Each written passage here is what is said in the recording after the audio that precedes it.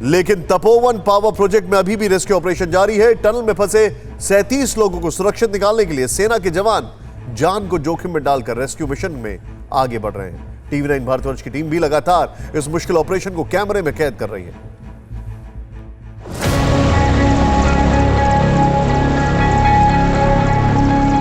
तमाम रस्सी के जो पुल है, अगर आप देख पाएं तो उन्हें बनाने की लगातार कोशिश करें। देखिए, एरियल रडार के माध्यम से ये सर्वे कर रहा है पूरे इलाके में और यह जानने की कोशिश कर रहा है कि यहाँ क्या हुआ है, किस तरह हुआ है, क्या घटना हुई है।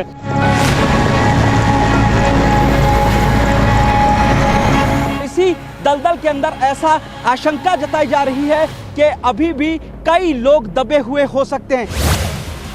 लोगों की जिंदगी बचाने की जंग, ये बड़ी बड़ी मशीनें एनडीआरएफ, आर्मी, एयरफोर्स, एसडीआरएफ और आईटीबीपी के सैकड़ों जवान।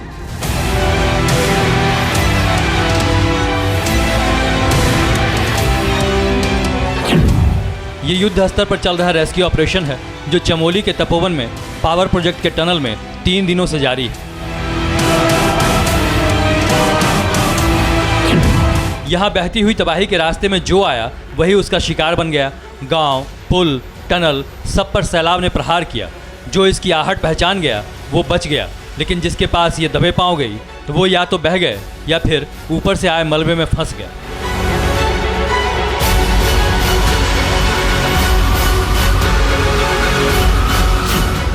एनटीपीसी पावर प्रोजेक्ट का ये टनल उन्हीं में से एक है जहां अंदर फंसे 37 लोग 7 फरवरी से सांसों के लिए जद्दोजहद कर रहे हैं और बाहर उन्हें बचाने के लिए जवान जान की बाजी लगा रहे हैं।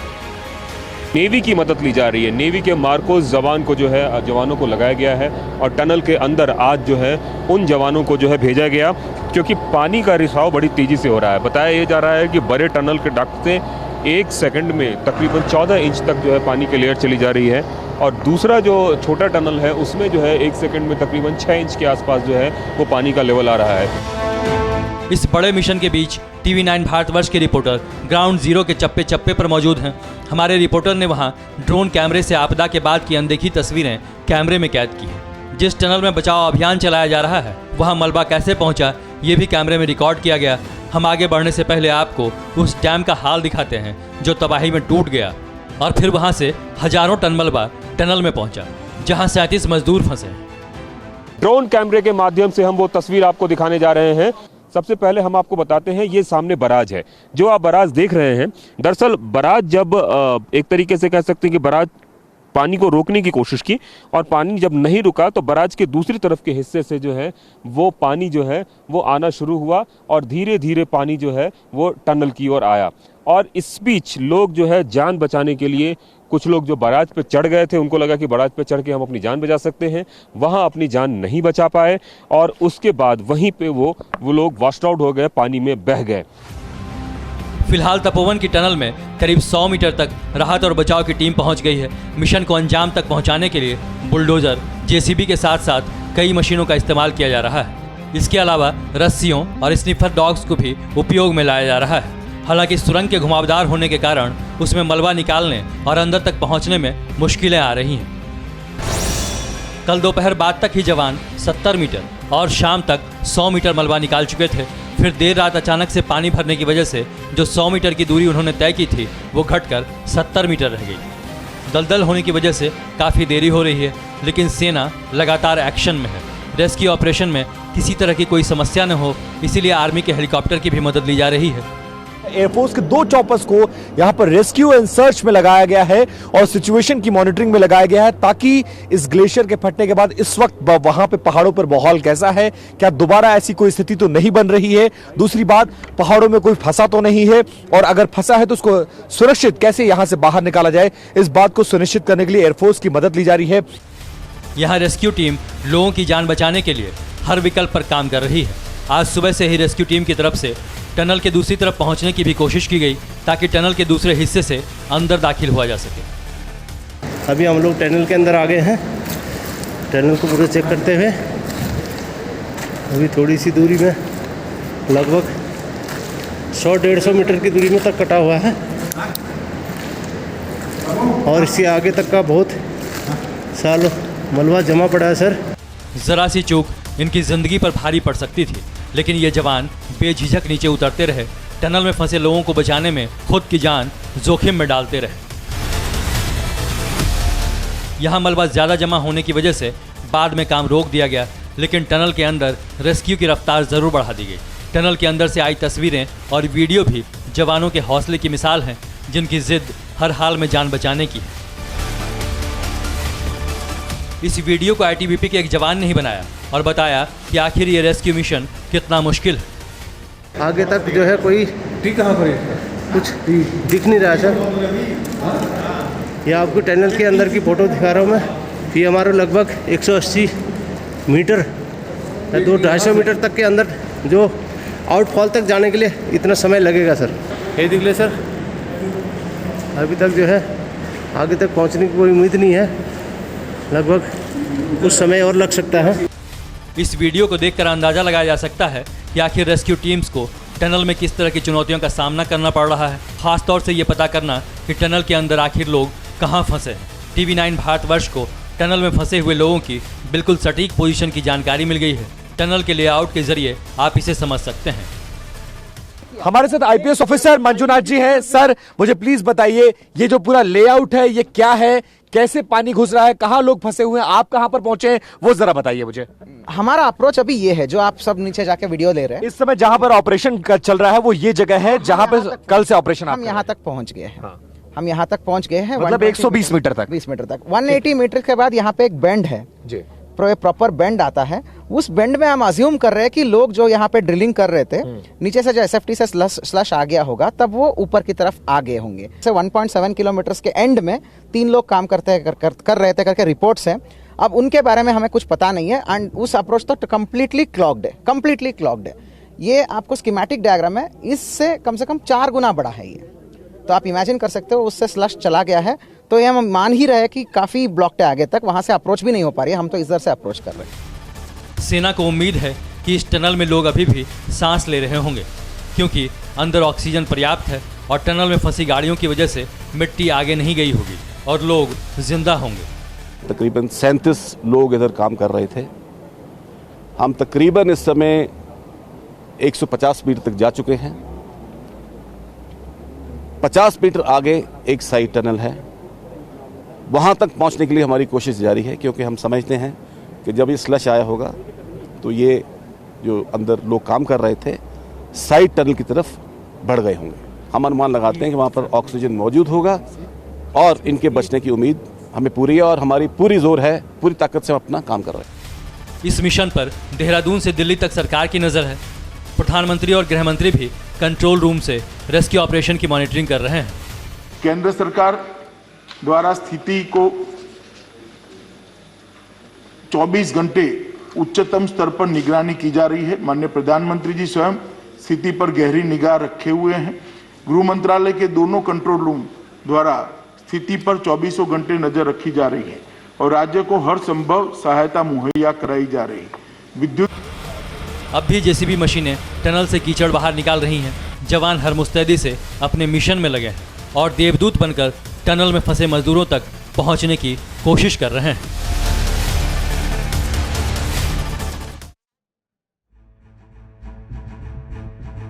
इस बीच आपको बता दें, उत्तराखंड के चमोली में ग्लेशियर टूटने से आई तबाही के बाद अब पूरा फोकस राहत बचाव के काम पर है। लेकिन सबसे बड़ी मुश्किल गाद और दलदल की वजह से आ रही है। रैणी गांव, जिसे तबाही का एपिसेंटर कहा जा रहा है, कीचड़ की वजह से रेस्क्यू टीम को वहां काफी मुश्किलों का सामना करना पड़ रहा है। लेकिन रेस्क्यू टीम अभी भी वहां डटी हुई है और साथ ही मौके पर मौजूद हैं TV9 भारतवर्ष के रिपोर्टर। देखिए रिपोर्ट।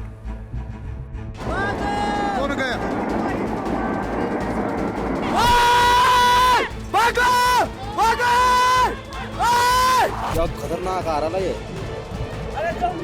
रैणी गांव की तबाही की इन तस्वीरों को जिसने भी देखा सन्न रह गया, रूह अंदर तक कांप गई। यह अंदाजा लगाना मुश्किल हो गया कि यहाँ धौली गंगा नदी की धार में कितनी जिंदगी, कितने घर और मवेशी सैलाब की भेंट चढ़े। अब लोग यहाँ अपनों की तलाश में जुटे हैं। कोई अपने भाई की तलाश में जुटा है, कोई बहन तो कोई माँ की, कोई यहाँ सेना के अधिकारियों से मदद मांग रहा है। लेकिन लापता लोगों की जानकारी नहीं मिल रही है। बस इन दलदल और गाद से शवों का निकलना जारी है।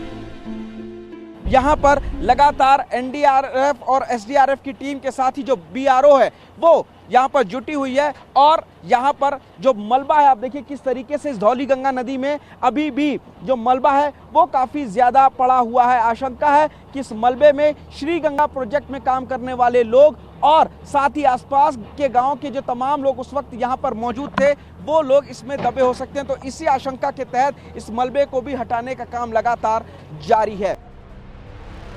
यहाँ जिस समय सैलाब आया तब लोग नदी के ऊपर वाले हिस्से में पहाड़ों पर खेतों में काम कर रहे थे। गांव के कई परिवारों के लोग अपने खेतों में थे। जब गरज की आवाज़ें उनके कानों तक पहुंची तो देखते ही देखते साफ नीला आसमान भूरा हो चुका था। पानी की एक दीवार पहाड़ों के पार से गांव की ओर बढ़ती चली आ रही थी। वो रास्ते में पड़ने वाली हर चीज़, इंसान, जानवर और पेड़ों को अपने साथ बहाती ले जा रही थी। उस वक्त भी रैनी गांव के लोगों ने शोर मचाया, चीखा, चिल्लाया, रोया, लेकिन होनी के सामने सब हार गए। सब के सब असहाय देखते रह गए, कुछ नहीं कर पाए। अब TV9 भारतवर्ष की टीम ने रैनी गांव में धौलीगंगा की इसी तलहटी का जायजा लिया है जहां कहर बरपा। 48 घंटे बाद यहाँ पर लगातार एनडीआरएफ और एसडीआरएफ की टीम के साथ ही जो बीआरओ है वो यहाँ पर जुटी हुई है और यहाँ पर जो मलबा है, आप देखिए किस तरीके से इस धौलीगंगा नदी में अभी भी जो मलबा है वो काफ़ी ज़्यादा पड़ा हुआ है। आशंका है कि इस मलबे में श्री गंगा प्रोजेक्ट में काम करने वाले लोग और साथ ही आसपास के गांव के जो तमाम लोग उस वक्त यहाँ पर मौजूद थे वो लोग इसमें दबे हो सकते हैं। तो इसी आशंका के तहत इस मलबे को भी हटाने का काम लगातार जारी है। सैलाब के गुजर जाने के बाद अब सिर्फ गाद और दलदल है। गांव की मुख्य सड़क से सिर्फ 200 मीटर नीचे गहरी खाई मौत की घाटी बन चुकी है। एसडीआरएफ की टीम अभी भी यहां रेस्क्यू ऑपरेशन चला रही है। धौलीगंगा की तलहटी में गाद हटाने की कोशिश की जा रही है। कोशिश कर रहे हैं हम धीरे धीरे इस ग्लेशियर फटने के बाद जो सैलाब आया उस नदी में आगे जाने की, जहां अभी भी बहुत ज़्यादा गाद, मलबा और ये सब जमा है। अभी तक यहाँ पर कोई नहीं पहुंच पाया और एसडीआरएफ की टीम यहां पर पहुंचकर रिलीफ ऑपरेशन चला रही है और रसद पहुंचाने का लगातार काम कर रही है। उस जगह पर खड़े हैं जहां पर लास्ट गाद पहुंचा हुआ है और जहां से आगे बढ़ना नामुमकिन हो चुका है क्योंकि ये यहां पर दलदल बन चुका है पूरी तरीके से। और मेरे सामने आप देखिए किस तरीके से अब ये जो धौलीगंगा है उसमें अभी भी यहां पर पानी बह रहा है और जो कीचड़ है वो जमा है। आशंका जताई जा रही है कि कई लोग होंगे और इसी वजह से एनडीआरएफ, एसडीआरएफ और तमाम जो टीम है, बीआरओ, ये लोग काम कर रही है और इस गाद को हटाने की कोशिश कर रही है। अभी भी इस मलबे के अंदर से जिंदगी की तलाश की जा रही है कि शायद, काश इस मलबे में, इस जगह पर, नदी के किनारे शायद कोई यहाँ पर जिंदा मिल जाए। आशंका है कि दलदल में अभी भी बहुत लोग दबे हुए होंगे। हालांकि TV9 की टीम महातबाही के उस ग्राउंड जीरो पर भी गई जहां ऋषिगंगा और धौलीगंगा की धाराएं मिली हैं। जहां सबसे ज्यादा नुकसान हुआ है, यहां एक पुल के बहने से कई गांवों के संपर्क कट गए। वो गांव पूरा इस बस्ती से जुड़ा हुआ था। इस धौलीगंगा नदी पर एक पुल बना हुआ था और वो पुल इस सैलाब में बह गया। वो पुल इस सैलाब में बह गया और उस गांव का संपर्क अब इस पूरी बस्ती से कट चुका है। बहुत ऊपर तक उनको जाना पड़ेगा और शायद वहां पर कोई रास्ता भी अभी उनके पास नहीं है ताकि वो यहाँ तक आ सके। रास्ता है? नहीं है। तो यहाँ पर लोकल लोग हमें बता रहे हैं कोई रास्ता नहीं है। तो उस गांव में जो लोग वहां पर हैं उनके पास अभी कोई चारा नहीं है सिवाय मदद के इंतजार के। इस आपदा ने कई परिवारों को उजाड़ दिया। कई राज्यों के लोगों की अभी भी कोई जानकारी नहीं है। इनमें ज़्यादातर उत्तराखंड, उत्तर प्रदेश, झारखंड, बिहार, पंजाब, पश्चिम बंगाल समेत कई राज्यों के लोग हैं। अभी तक 190 लोगों के गायब होने की सूचना है। लापता लोगों की जो सूची जारी की गई है उनमें सबसे ज़्यादा नाम उत्तर प्रदेश और बिहार के हैं। अब सरकार, सिस्टम और रेस्क्यू टीम के एजेंडे में सबसे ऊपर इन लोगों की तलाश ही है।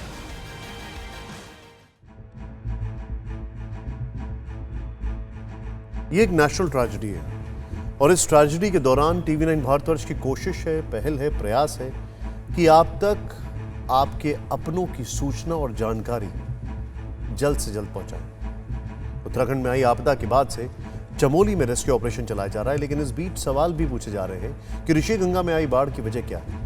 अब तक बाढ़ की वजह नंदा देवी ग्लेशियर के किसी हिस्से का टूटना बताया जा रहा था, लेकिन अंतर्राष्ट्रीय जियोलॉजिस्ट और ग्लेशियरों के जानकार का यह दावा कर रहे हैं कि यह हादसा ग्लेशियर के टूटने से नहीं बल्कि भूस्खलन की वजह से हुआ। यूनिवर्सिटी ऑफ कैलगरी के जियोलॉजिस्ट डॉक्टर डैन शुगर ने प्लैनेट लैब्स की सैटेलाइट इमेज की जांच करने के बाद दावा किया है कि चमोली हादसा ग्लेशियर टूटने की वजह से नहीं हुआ है। घटना से पहले और बाद की तस्वीरों को आपस में देखने में अंतर साफ पता चल जा रहा है। डॉक्टर डैन शुगर के मुताबिक ग्लेशियर के ऊपर डब्लू आकार में भूस्खलन हुआ, जिसकी वजह से ऊपर लटका हुआ ग्लेशियर नीचे की तरफ तेजी से आ गया। ऊपर से जमी धूल और मिट्टी खिसक कर नीचे की तरफ आई और उसके बाद फ्लैश फ्लड हुआ। मतलब साफ है कि नंदा देवी ग्लेशियर के ऊपर त्रिशूल पर्वत पर रॉक स्लोप डिटैचमेंट हुआ, यानी मोटी बर्फ की परत धूल और मिट्टी के साथ खिसक कर सीधे नीचे आकर गिर गई। इसकी वजह से ही घाटी के निचले हिस्से में काफी दबाव पड़ा। इसके बाद कीचड़, पानी, पत्थर और बर्फ एवलांच के रूप में आ गया और तबाही बरपाता हुआ आगे बढ़ गया। और इस तबाही ने पूरे देश को झकझोर कर रख दिया है, क्योंकि सैलाब आने से जिस टनल में मलबा घुसा वहां कई जानें अभी भी अटकी हुई हैं और उनके रेस्क्यू ऑपरेशन में देश के जवान दिन रात जुटे हुए हैं।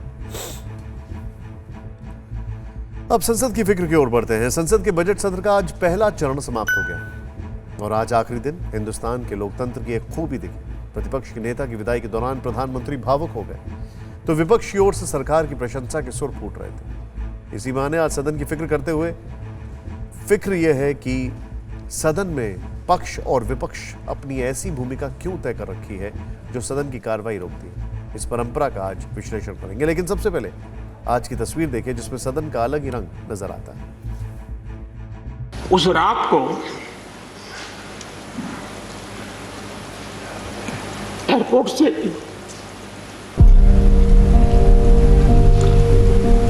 अपने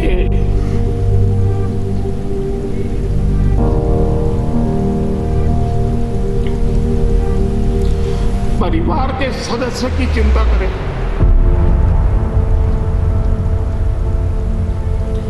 वैसी चिंता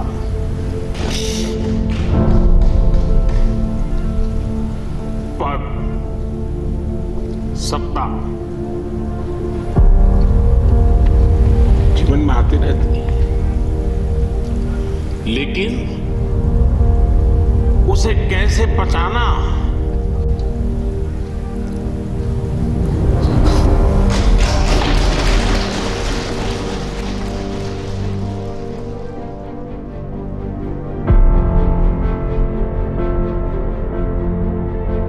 कि हमारे कश्मीर के हालात ठीक हो जाएं।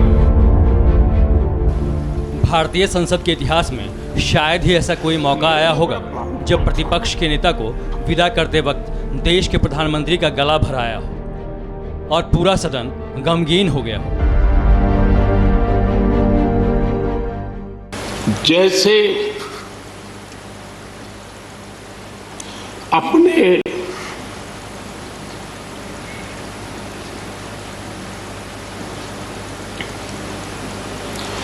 परिवार के सदस्य की चिंता करें,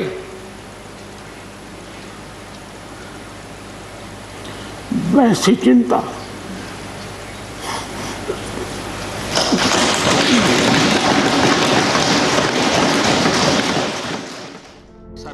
राज्यसभा में प्रतिपक्ष के नेता गुलाम नबी आज़ाद 15 फरवरी को रिटायर हो रहे हैं और बजट सत्र के आखिरी दिन जब पूरा सदन उन्हें विदाई दे रहा था तब प्रधानमंत्री नरेंद्र मोदी को 30 जुलाई 2007 की एक आतंकी घटना याद आ गई। गुजरात के यात्री, क्योंकि जम्मू कश्मीर में जाने वाले टूरिस्ट में गुजरात बहुत बड़ा नंबर रहता है, और टेररिस्टों ने पर हमला कर दिया, करीब 8 लोग शायद मारे गए। सबसे पहले गुलाम नबी जी का मुझे फोन आया, उनके आंसू रुक नहीं रहे थे। फोन पे तब गुलाम नबी आज़ाद जम्मू कश्मीर के मुख्यमंत्री थे और नरेंद्र मोदी गुजरात के मुख्यमंत्री। आतंकी हमले में मारे गए लोग गुजरात के थे और उन पर हमला जम्मू कश्मीर में हुआ था। लेकिन गुलाम नबी आज़ाद इस घटना से किस कदर आहत हुए थे ये उस वक्त के आर्काइव वीडियो में भी दिखता है। उनके आंसू थमने का नाम नहीं ले रहे थे। देख के भेजना चाहिए, लेकिन आपके बच्चों की लाशें भेज रहे। बहुत अफसोस है। हम सब माफ करना।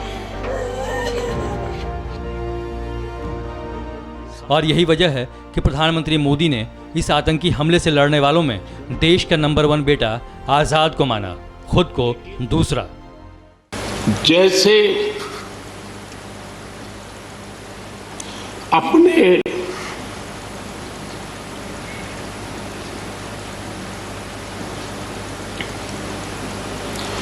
परिवार के सदस्य की चिंता करें,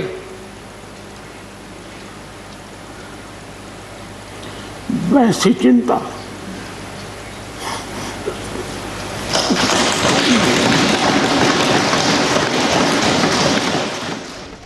कोई हल निकालना है ऐसा। राज्यसभा में प्रतिपक्ष के नेता गुलाम नबी आज़ाद ने भी इस घटना को याद किया और अपने विदाई भाषण में हिंदुस्तान की वो खूबियां गिनाई जिसमें हिंदू मुसलमान नहीं बल्कि सिर्फ हिंदुस्तानी मिलते हैं। और विशेष रूप से आपने और माननीय प्रधानमंत्री जी ने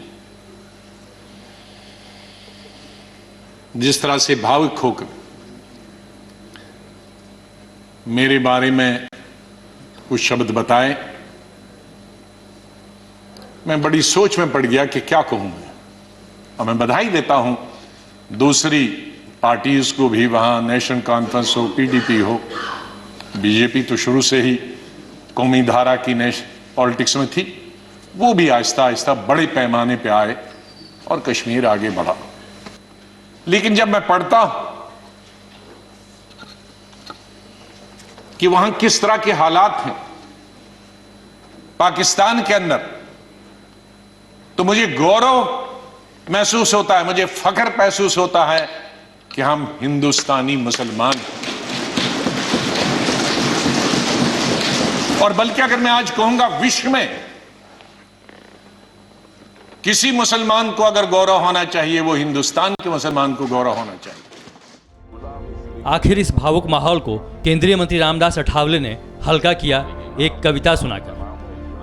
राज्यसभा छोड़कर जा रहे गुलाम नबी, हम मिलते रहेंगे आपको कभी कभी। आपका नाम है गुलाम, आपका नाम है गुलाम, इसलिए मैं करता हूं आपको सलाम। लेकिन आपका नाम है गुलाम, लेकिन आप हमेशा रहे आजाद। आपका नाम है गुलाम, लेकिन आप हमेशा रहे आजाद। आप हम सभी को रहेंगे याद। मंत्री के हल्के अंदाज से माहौल हल्का होने लगा और आखिर में उन्होंने राज्यसभा से रिटायर हो रहे कांग्रेसी नेता को ऐसा ऑफर भी दिया जिसे सुनकर सदन लोटपोट हो गया। अगर कांग्रेस पार्टी आपको नहीं यहाँ लाती है तो हम लाने के लिए तैयार है।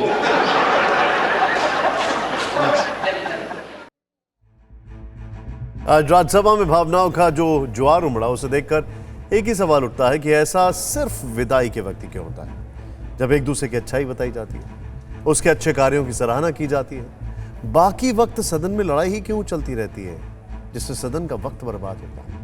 आज बजट सत्र का पहला सेशन खत्म हुआ है, तो इस सेशन का भी विश्लेषण करते हैं। लेकिन पहले आपको कामकाज के लिहाज से लोकसभा के सबसे बुरे दौर को समझ लेना चाहिए। पीआरएस के हिसाब से 15वीं लोकसभा की उत्पादकता यानी प्रोडक्टिविटी सबसे कम थी, जिसका कार्यकाल 2009 और 2014 के बीच था। तब देश में यूपीए की सरकार थी और डॉक्टर मनमोहन सिंह देश के प्रधानमंत्री थे। लेकिन लोकसभा का 39 यानी 39% टाइम सिर्फ हंगामे में ही चला गया और सिर्फ 61% टाइम समय कामकाज में हुआ। 15वीं लोकसभा के सूचीबद्ध 1785 घंटों में से सिर्फ 119 घंटे उत्पादक रहे, जो कि 291 बिल पेश किए गए। उनमें से 179 ही पारित हो सके, जो किसी भी पंचवर्षीय लोकसभा कार्यकाल का सबसे कम संख्या है। लोकसभा के दौर में ये इसलिए भी सबसे बुरा दौर रहा क्योंकि सदन में होता सिर्फ हंगामा रहा और हंगामे की वजह से सदन की कार्रवाई स्थगित होती रही। और सदन के इस सबसे बुरे दौर के बाद सबसे ताजा सत्र देख लीजिए। माननीय सदस्यगण कृपया अपनी अपनी सीट पर जाएं। The House stands adjourned till 9 AM on Wednesday, the 3rd February 2021. सभा की कार्रवाई 5 बजे तक के लिए स्थगित की जाती है। All of you withdraw, 3 of you withdraw from the house, please. Otherwise, I have to send you out. भारतीय लोकतंत्र की परंपरा रही है कि सड़क पर जोरदार विरोध होना चाहिए और सड़क से उठी आवाज़ जब सदन तक पहुंचे तो वहां पर जोरदार बहस होनी चाहिए। लेकिन जब सदन के अंदर सड़क जैसा विरोध होने लगे तो लोकतंत्र की चिंता खुद ब खुद बढ़ जाती है, जो इस बार भी बजट सत्र में हुआ। बजट सत्र की कार्रवाई चलाने की कोशिश चलती रही और हर बार की तरह विपक्ष नारेबाजी और वॉकआउट करता रहा। सदन के लंबित एजेंडे पर आगे बढ़ने के लिए सरकार हाथ जोड़ती रही। एग्रीकल्चर बिल पर बोलना चाहते हैं, एग्रीकल्चर बिल पर बोल दें, इसमें कोई आपत्ति नहीं। लेकिन जो हमारी एक स्वस्थ परंपरा है उसको कायम रखें हम सभी लोग मिलकर, यह मैं अनुरोध करना चाहता हूं। इसलिए राष्ट्र के राष्ट्रपति जी के अभिभाषण पर जो धन्यवाद प्रस्ताव पेश किया जा रहा है उस पर चर्चा होनी चाहिए। सवाल उठता है कि हर सत्र के बाद जो नतीजा निकलता है उसे देखकर देश का करदाता मायूस क्यों हो जाता है, टैक्स के दुरुपयोग का सवाल क्यों उठाता है। ये नए दशक के पहले सत्र के पहले सेशन से समझिए। संसद के बजट सत्र का पहला सेशन 29 जनवरी से 13 फरवरी तक चलना था, लेकिन 9 फरवरी को ही सदन स्थगित हो गया और दूसरा सेशन 8 मार्च से 8 अप्रैल तक चलेगा, जिसमें 33 दिनों के लिए सदन बैठेगी। लेकिन पहले सेशन में लोकसभा में 13 दिनों में 11 दिन सदन की कार्यवाही चलनी थी, जिनमें 6 सिटिंग बर्बाद चली गई। हंगामे की वजह से सदन का कामकाज ठप हो गया।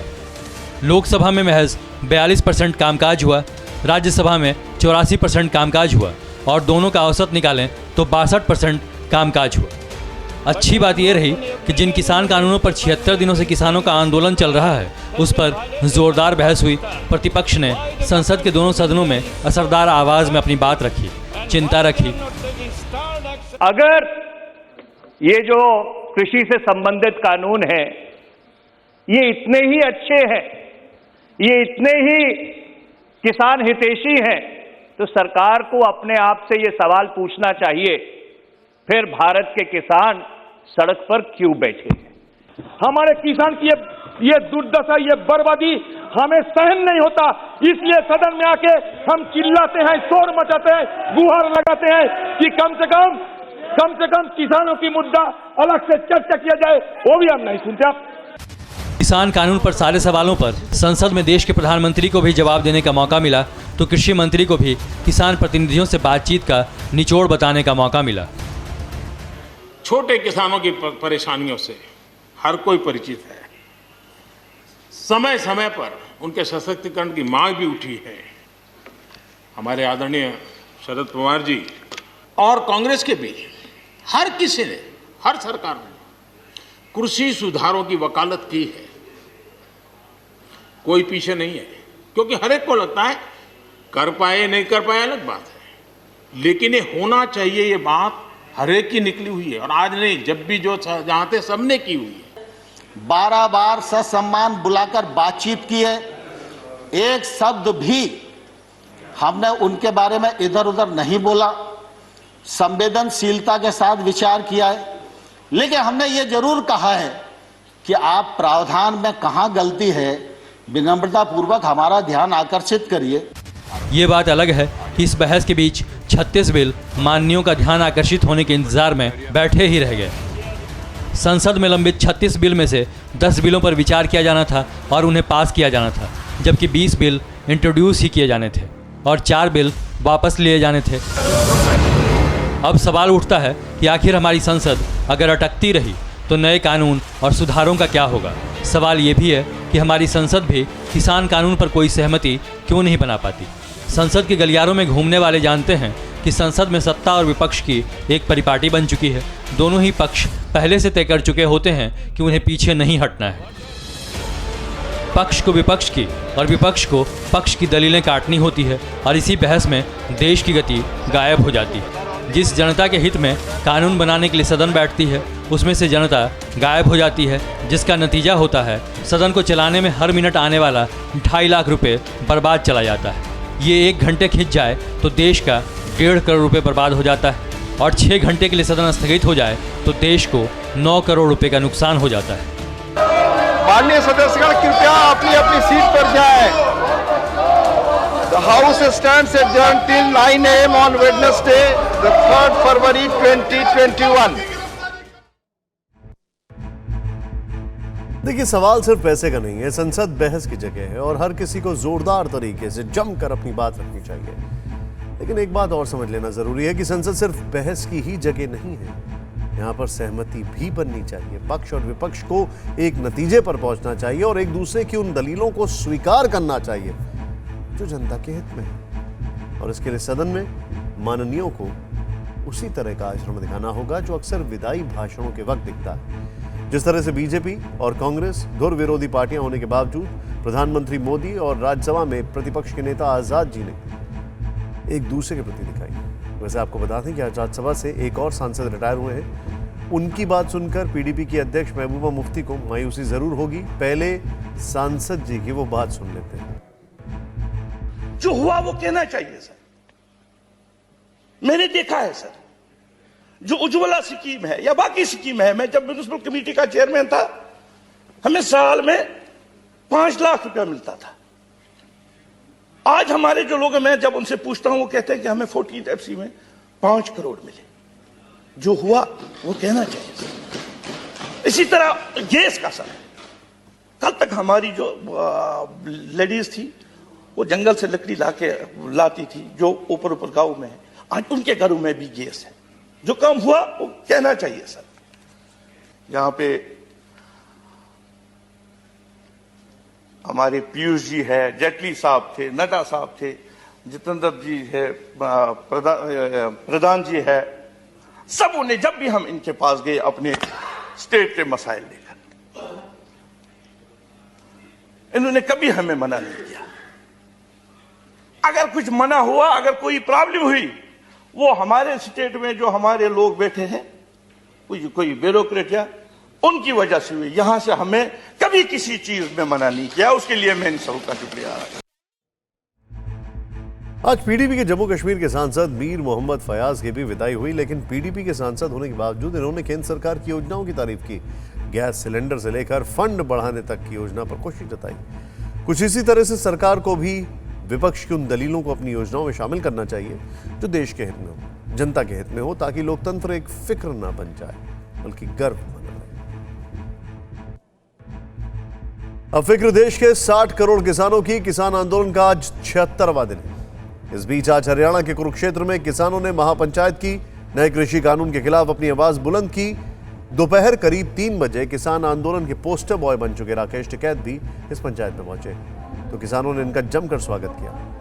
इस मंच से टिकैत ने कहा कि अब जब तक कानून वापस नहीं हो जाता तब तक पूरे देश में पंचायत होगी। कुरुक्षेत्र न्याय की भूमि है और यहाँ से न्याय मिलेगा। यहाँ से संकनात हो चुका है पूरे देश में, अब यहाँ से बाहर हम जाएंगे।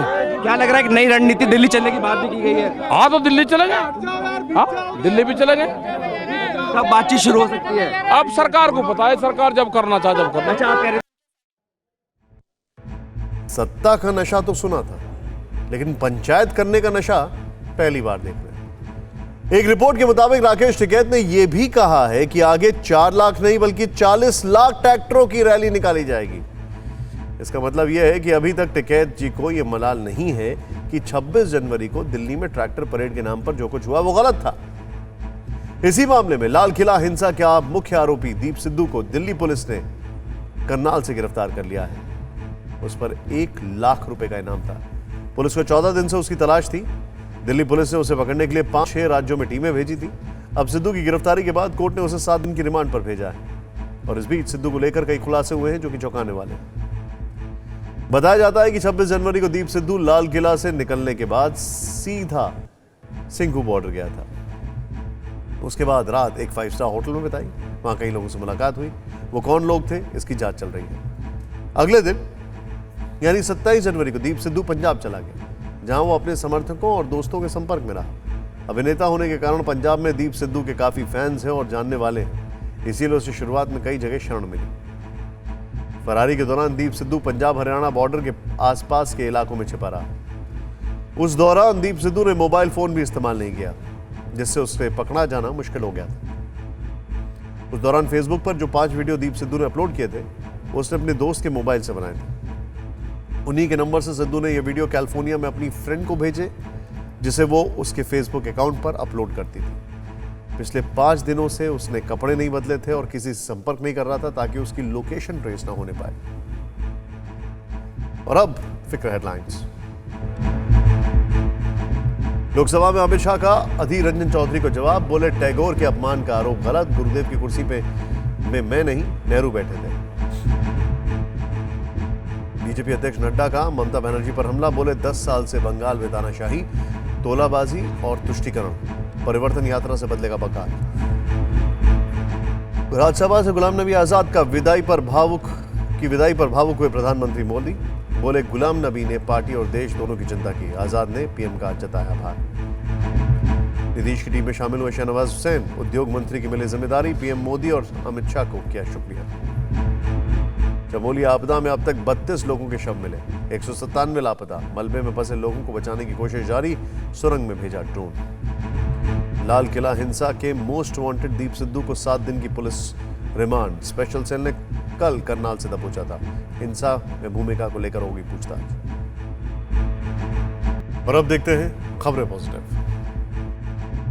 देश में कोरोना के आंकड़ों ने एक बार फिर बड़ी राहत दी है। फरवरी में हर दिन संक्रमितों की संख्या 13,000 से कम रही है।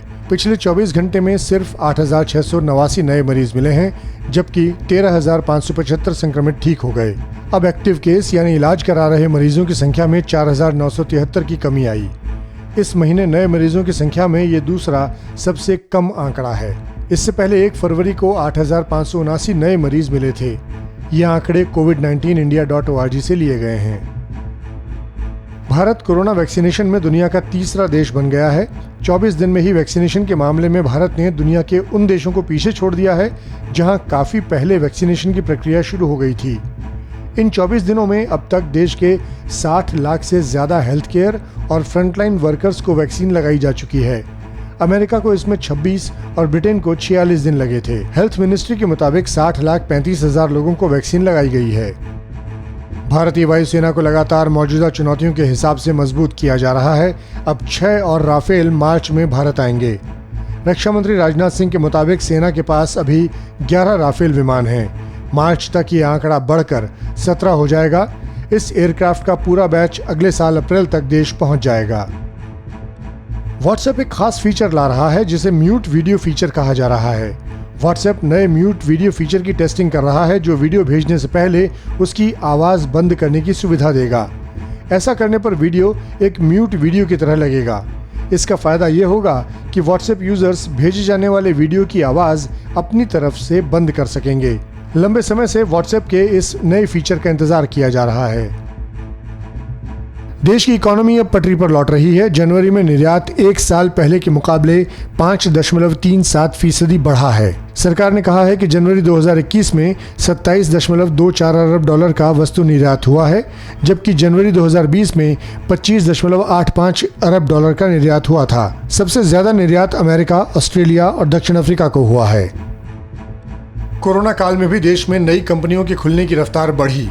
देश में वर्ष 2019 के दौरान 1,28,000 नई कंपनियां अस्तित्व में आईं, तो वर्ष 2020 में यह आंकड़ा 1,42,000 के पार पहुंच गया। यानी कि 2019 की तुलना में 2020 में 11% ज्यादा कंपनियों की रजिस्ट्री हुई। इसकी जानकारी भारत सरकार के कॉर्पोरेट अफेयर्स मिनिस्ट्री से मिली है।